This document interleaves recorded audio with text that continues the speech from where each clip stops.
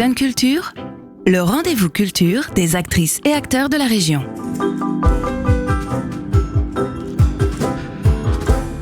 Midi 2 sur Sun, vous écoutez Sun Culture, votre rendez-vous qui donne la parole chaque semaine à des actrices du secteur culturel de la Loire-Atlantique et du Maine-et-Loire.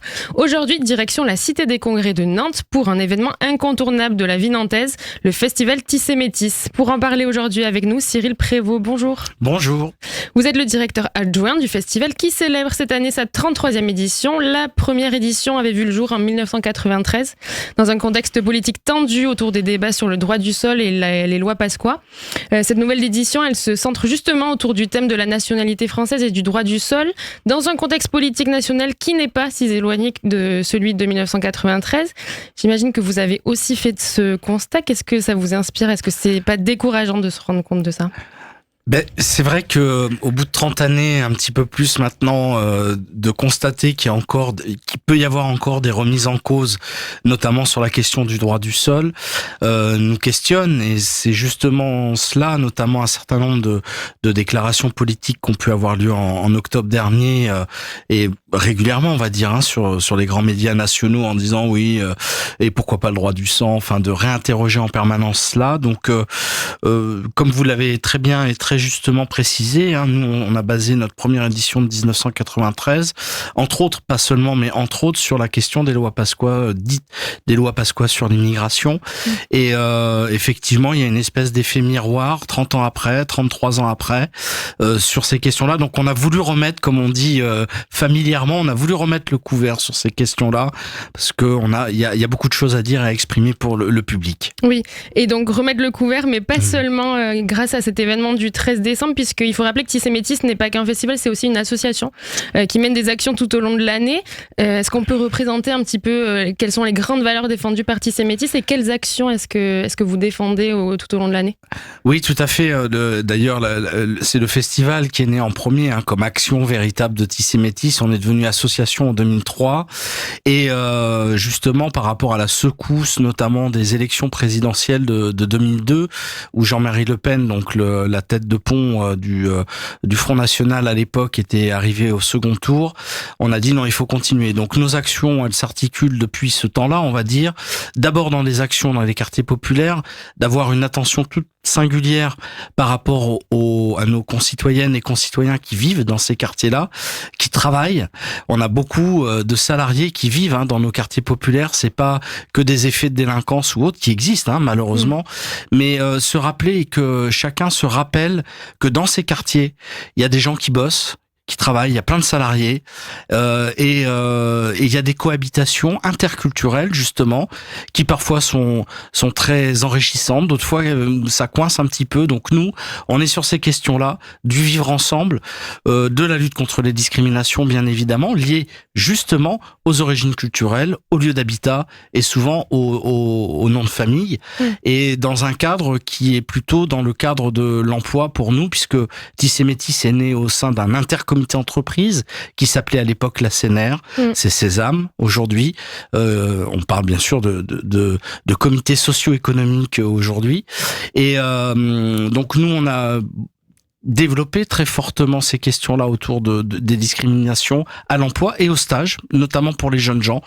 Et puis par ailleurs, on a des actions qui sont articulées plutôt autour de l'égalité femmes-hommes. Ça nous paraissait un sujet extrêmement important ces dernières années. Les questions de laïcité, bien sûr. Et puis l'émergence culturelle, parce que on a quand même cette dimension artistique et culturelle. Alors on le fait à notre mesure, qui reste assez humble, mais toutefois on a une attention très particulière justement pour les artistes de nos quartiers, qu'ils soient dans le monde du théâtre, de la musique, de la mode ou toute autre discipline. On s'efforce chaque année d'avoir un focus sur ces artistes-là. Et avec donc comme grand étendard cette journée, ce festival Tissé Métis, qui s'inscrit, cette nouvelle édition, dans un paysage culturel menacé par les coupes budgétaires que Tissé Métis a connues en janvier dernier. Quelles influences est-ce qu'elles ont eues sur cette nouvelle édition ? Alors là, on est effectivement dans un contexte financier comme beaucoup de structures, et d'ailleurs je passe aussi mon salut et tout mon soutien et tout notre soutien aux associations amies, structures culturelles amies et les radios associatives, dont Sun, signataire d'une pétition à la rentrée dernière. Effectivement, bien, on prend de plein fouet, comme tout le monde, les coupes budgétaires. Concernant par exemple le conseil régional, les coupes budgétaires n'ont pas été des coupes finalement, mais ont été des résorptions de subventions, alors que nous étions extrêmement aidés sous l'ère Jacques Oxiette, qui avait fait un travail absolument remarquable sur les associations à caractère social, culturel, socioculturel, etc. Et on voit bien que là, les choix politiques sont très très forts avec l'équipe Morancé, présidente du conseil régional des Pays de la Loire, et par ailleurs, comme tout le monde, là aussi, on subit les 20% de réduction de la part du conseil départemental de Loire-Atlantique, même si ça reste, il faut le souligner, un très très fort soutien. Et puis, les grosses baisses qui nous font très très mal, c'est l'État. C'est l'État au titre de la politique de la ville, au titre de jeunesse et sport, enfin, ce qui était jeunesse et sport, la DRETS aujourd'hui.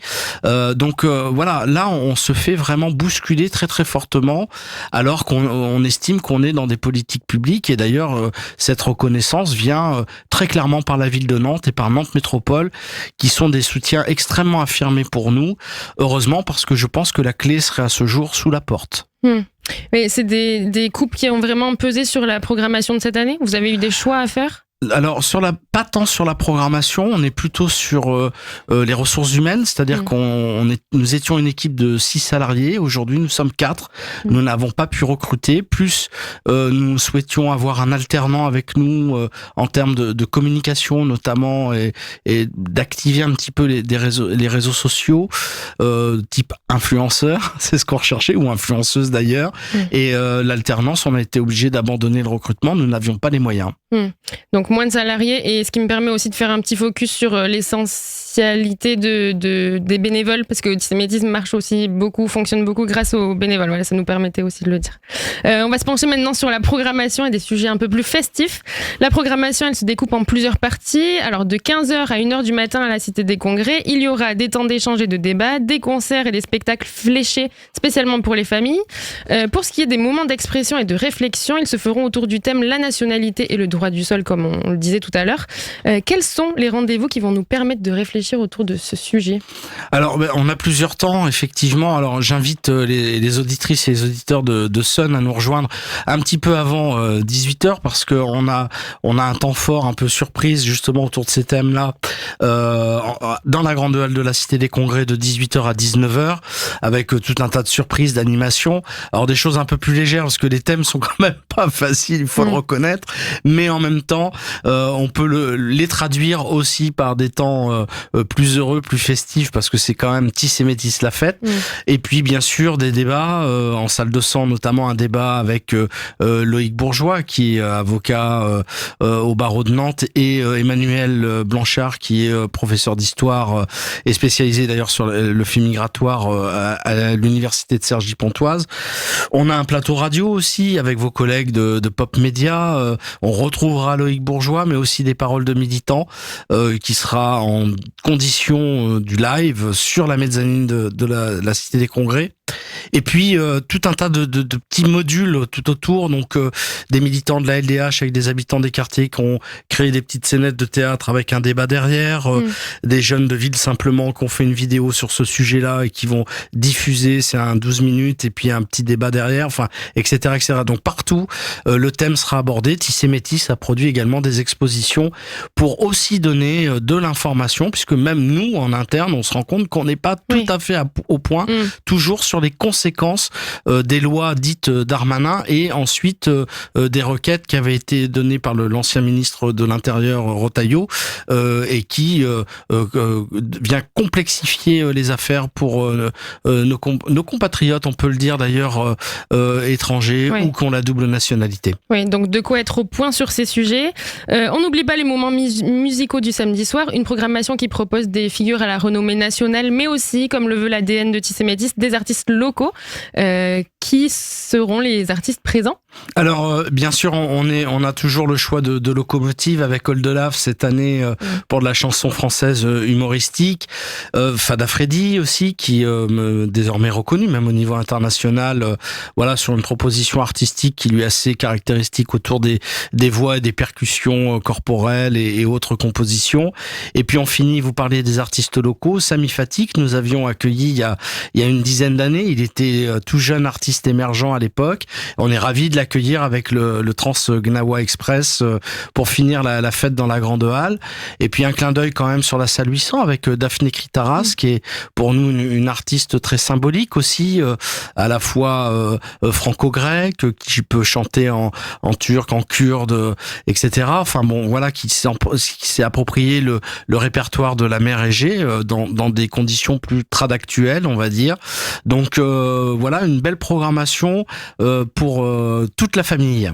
Oui, c'est ce que j'allais dire. Il y a aussi des programmations, il n'y a pas que de la musique. On peut aller en famille voir les concerts, mais il y a aussi de la magie, du stand-up et d'autres activités dédiées et fléchées pour la famille. Ouais, tout à fait. Effectivement, pour ces activités-là, ça commence dès 15h d'ailleurs, avec tout un tas d'animations proposées par la Maison des Jeux, qui est notre partenaire depuis un certain nombre d'années maintenant en grande halle. Donc des jeux de toutes sortes où les enfants, y compris avec les parents, peuvent s'amuser un petit peu.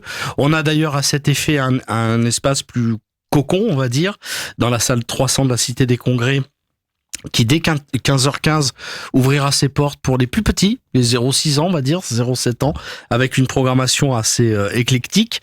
Et puis effectivement, vous le nommiez, on a un partenariat très spécifique avec la maison de quartier de Doulon cette année autour de l'émergence de stand-uppeuses et stand-uppers qui fréquentent la maison de quartier. Donc on fait une invitation donc à la maison de quartier de Doulon et de ces jeunes artistes qui seront d'ailleurs au passage accompagnés avec Omar Mefta, qui aura été Omar Mefta, donc comédien qui est reconnu au niveau national. Il a participé à de nombreuses séries, voilà. Et Omar donc aura été le fil rouge pour nous cette année en 2025, artiste qui est ressource pour nous et on est extrêmement heureux qu'il soit là, Omar Mefta.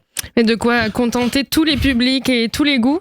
Je rappelle donc que Tissé Métis, c'est le samedi 13 décembre de 14h à 1h du matin. Nos auditeuristes peuvent retrouver le programme complet sur le site de Tissé Métis et sur mySun. Merci Cyril Prévost d'être venu nous en parler. Merci à vous Noémie, bonne continuation. Merci. Sun Culture à retrouver en replay et en podcast sur la plateforme mySun.